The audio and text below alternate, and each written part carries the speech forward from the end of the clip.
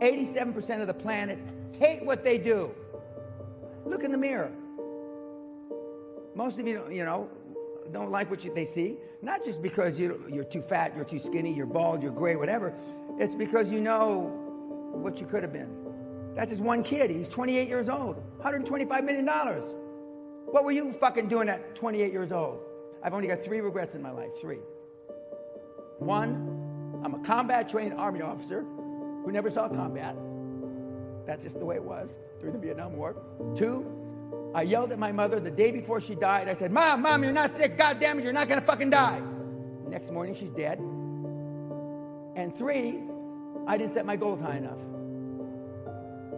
Not because I missed my son's soccer ball. Not because I missed my daughter's prom. That's all rubbish. That's not what you say when you're about to die. And you whisper in your wife's ear or your son's ear or whoever's going to give the eulogy, I regret the things I didn't do. I coulda, I woulda, I shoulda. I will do whatever it takes. And when I say I'll do whatever it takes, I fucking mean it. I know how to get you to the top of the podium at the Olympics. Not for a bronze medal, not for a silver, but for a fucking gold. If we're not going for gold, don't waste my time. Show me your friends and I'll show you your future. But Bill Gates doesn't hang. Steve Jobs, who I knew, didn't chill. Warren Buffett doesn't hang. Elon Musk doesn't hang. Would you want your children to be like your 2 best buddies, or 2 best gal friends, whatever you call them? Would you? Probably not. Would you even want your children to be like you? Probably not. So why is there so little being done about it? If I were to judge you by the guys you chill with, you hang with, how would I judge you, young man? How would I judge you, young lady? I'd probably judge you a dipshit. You hang out with monkeys, what happens? Your life becomes a fucking circus. Now, with the greatest respect, kids, this is not Barnum and Bailey circus. You only have one time to make a first impression. The first impression is how you look. Now, I already know how I look, and you know how I look as well. Second impression is when you open your mouth. Most of you, with the greatest respect, can't speak properly. You stutter, you mumble, you sweat, and I can go on and on. So you go where there are people that you want to be like. You find somebody that is, and my whole basis is mentorship. Find somebody that is where you want to be 20 or 30 years from now, and go to him or her now. I had the presence of mind to be attracted to some very, very famous, very wealthy people in my 50-year career, and I went after them to, not for money, not for anything like that, but I just wanted them to talk to me and to share their wisdom. And today, people are afraid. We've had mentees in the last couple of years that actually got through to Bill Gates. You can't stop trying. If you wanted to be a world-class athlete, where would you go? A world-class coach, right? In the 90s, the kids really were looking towards the future. Now I go back and I go to schools, and now they just want to chill and play video games. And every beating I got from my dad, I deserved 20 more. Because he only beat me for what I got caught. If the nuns caught me, they beat me. If the priests caught me, they beat me. And then my dad would come back into town and he beat me because they didn't beat me enough. The first self-esteem is built the first 7 or 8 years of life. Who are you around the first 7 or 8 years of life? Mom, maybe dad, older brother, uncle, a grandmother, right? What the hell do they know about building self-esteem? We knew our parents told us crap. We listened out of politeness, most of us, myself included, out of fear in my case. But now kids, your dad, a dad will tell his son or a daughter, and they'll just say, that's rubbish. Dad's talking shit. Why is he telling us that? What are you going to tell your grandchildren and your children 20 years from now when the greatest transformation of wealth occurred? What were you doing, Grandpa? What were you doing, Dad? Would you have your thumb up your ass? What are you going to tell them? You had your thumb up your ass. It may have been covered with Old Geneva or New Geneva, but you had your thumb up your ass. Okay, and if you want to build self-esteem, deal with people that have high self-esteem. Now, it's not likely Elon Musk is going to have coffee with you. Maybe. It's not likely that Warren Buffett's going to have coffee with you. Self-esteem is what most of your parents didn't give you. It's a form of self-confidence. It's a form of self-awareness. Well, it's the least informed thing that our parents know anything about. And when I get parents and they say, I didn't know any better. You don't know what you don't know. I did what my parents did to me. Did is the operative word. I did what my parents did to me. Now, what kind of teaching structure is that? Most parents aren't capable of creating high-performance kids unless you're Andrew Agassi and Steffi Graf. I mean, those kids are going to be high performance in one way or another because they're both world champions. And so self-esteem is the bedrock of high performance. It's the bedrock of everything. And it's the least thing that is taught in schools. So what can you do to build self-confidence and self-esteem? Why do you think you're going to have it? Why? Because you deserve it? I don't think so. You deserve what you get in life by working hard. When our kids got out of, and they went to great schools, when they got out of school, I said, I am hard. Olympic athletes say, you're as hard as my Olympic coach was when I won 2 gold medals. That's the kind of person you want in your life. Not somebody that agrees with you. Not somebody that says, it's all right, you can try again. You're only 26. You've got the rest of your life. That's crap. Now look at all these people in their 30s, 40s. Somebody told them that bullshit 25 years ago. Now look at them. Just look around the goddamn table you're sitting with. And I don't even have my glasses on. I see bald heads, gray hair. Be the first in the building and the last to leave. And my daughter says, Daddy, that's the janitor. The guy that cleans the floor. I said, yes, honey. 5 months into her first job, she said, the chairman of the company, big company, said, whose light is that up there? Oh, that's Kelly Peña's. What is she? She gets to work at 5 o'clock, and then he's leaving. Whose light is that at 11:15 at night? Well, that's Kelly. It's still Kelly Peña. If you're in sales, make 300 cold calls a day. 300 cold calls a day. For those 300 cold calls a day. Correct. Will it still work nowadays? Yeah, absolutely. Yeah? We got kids doing it right now. Question. We even got some lazy Dutch kids doing it right now. Just pick up the phone. Yeah. Make And a I call. mean, for a Dutch kid, 24 years old, to make 20 cold calls a day, there's nobody's teaching sales in this country that I'm aware of that tells you to make 300 cold calls a day. In fact, there's nobody on the planet that I'm aware of that tells you to make 300 cold calls a day. I had a guy just do a $50 million deal. He said, Dan, if you had just told me I was 2,000 cold calls away from my first deal, I would have sent you a check for 20 grand and said thank you, and I wouldn't come to the castle. I believe in God, yeah. And you think he I have no helps you? proof. Neither do you. I have no proof, but I have faith. Faith. And that's one of the missing things from your, not a journey, because life's not a journey. Journey are for meatheads. Life is find somebody who you want to be like and follow what he did.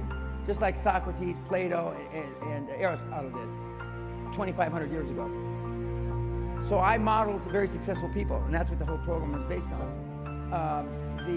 But I believe, and the kids that are the most successful, whether the lazy Dutch kids that I poke fun at, or everybody else, is they have faith.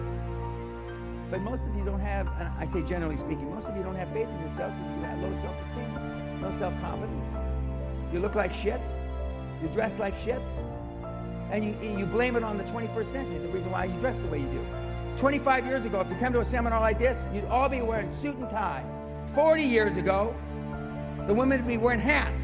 Dress, if you want to get money from banks, dress like the president of your country. Unless you're from Pakistan or India or something, dress like the president or the prime minister of your country. You only have one time to make a first impression, kids. You come in looking like some of you, I wouldn't give you a fucking toilet paper. Most of you, I'd be embarrassed the way you're dressed. But see, Michael didn't bring me here to make, if I leave here with anybody liking me, I failed. You understand what I'm saying? I failed. I'm not here to be your friend. You want a friend, go get a fucking dog. I'm here to drag your sorry ass across the goal line, no matter what it takes. CEO of Onassis Group, who was my mentor, told me, if you don't ask, Mr. Peña, you cannot get. So I used to carry that forward into my love life. You don't ask, you don't get. You can't go up there stuttering with your hands sweating and dress like you. It's absolutely dead easy. Almost everybody can do it. Well, Follow the rules. everybody, if they dress like a person, like the president of your country. Some people, again, I'm sure this is not the case for your audience, Michael, but some people dress the way you do, kid, because you don't want the opportunity. You've been engaging in self-sabotaging activities so long, it's become a way of life for you. But success leaves clues. If all these guys work 80, 100, 120 hours a week that change the world, success leaves clues. God almighty. Elon Musk is a hard bastard. Henry Ford was a hard bastard. Rockefeller, and my interfacing with the Heineken family, he was a hard bastard. So how do you think the world got changed? Slappy happy? I'll have another cappuccino. Is that how it happened? I don't think so. Now, you may not, Dan Pena isn't for everybody. I understand that. I can't understand it, really. But my wife tells me, you're not everybody's cup of tea. So I understand it. I don't want to believe it, but I know it's true. I'm 72 years old. But all the people I've been privileged to be around, I've been around some big, big hitters. They're all the same. But now, because of everything's on iPhone, they're trying to paint their legacy. Now they don't swear on camera. Now they don't do all these things because they want their legacy. I don't give a shit about my legacy because I am the best on the planet at getting you to do what you don't want to do because you're a lazy fuck to get what you want out of life. Nobody's better than I am. Nobody. And I know it. And not everybody loves me, and I don't care. That's good. Again, if I leave here with anybody liking me, I failed. I failed. You have another mission. Yeah, I'm on a mission. I'm obsessed. If you can't tell obsession, who did I study speech giving when I was learning to be a world-class speaker? Hitler, Churchill, Kennedy, Stalin, Franklin Delano Roosevelt. Those are the movies that I watched. Being a high-performance person doesn't mean you're a good guy.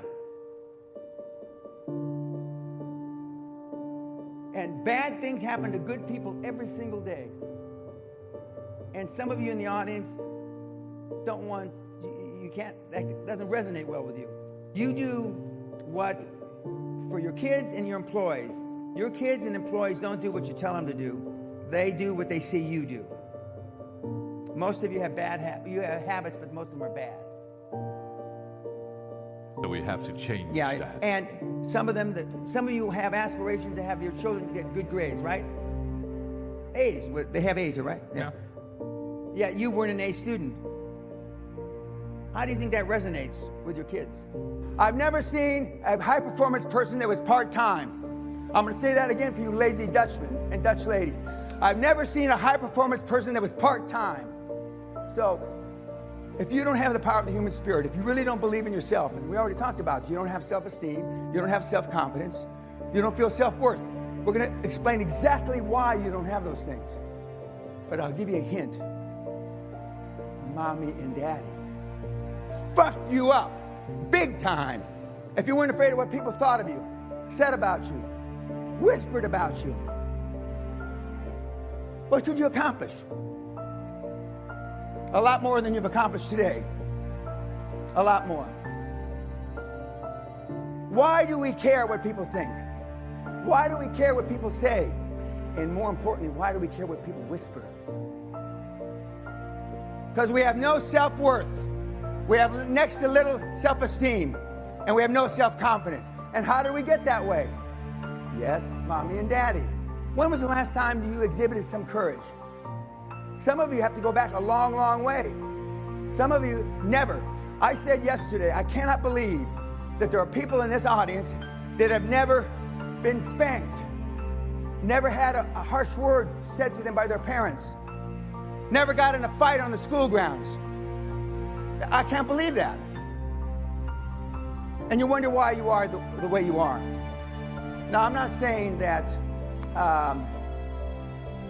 being a high-performance person is beating the shit out of everybody, but it doesn't hurt. Most guys come to me because I'm the alpha male father they never had. Most young guys come to me because they can't get their willy wet. Now what the fuck's the world come to? You gotta come to a raging, crazy old fucking man, 72 years old, to get your willy wet. What's happened? Almost everything bad. That's what's happened. So far, since I initiated the snowflake test, 95.6% of everybody that's tens of thousands that have taken the test are snowflakes. Now, if somebody came and spit in your wife's face, your daughter's face, you're standing there, your mother's face, where I come from, there's only one alternative. Correct. But you know what at least 50% of the answers we get to say? Well, I try to ascertain if he was having a bad day, or I try to ascertain where he's coming from in life. Maybe he came from the body or the ghetto. Are you fucking crazy? The guy just fucking spit in your mother's face, you stupid morons. There's only one fucking alternative. You beat him down through the pavement, or die trying. And now the other excuse is, well, I'm afraid of going to jail if I put a whipping on the guy. Well, you couldn't put a whipping on a fucking paper bag, first of all. And that's your excuse. You don't want to go to jail. So now we've got 4 or 5 generations of wusses. Well, I have to ascertain if the guy's having a bad day or not. The world's fucked up, guys, gals. They're selfish. And I tell you to be more selfish. And your parents should have told you to be selfish. Because you can't be anything unless you love yourself.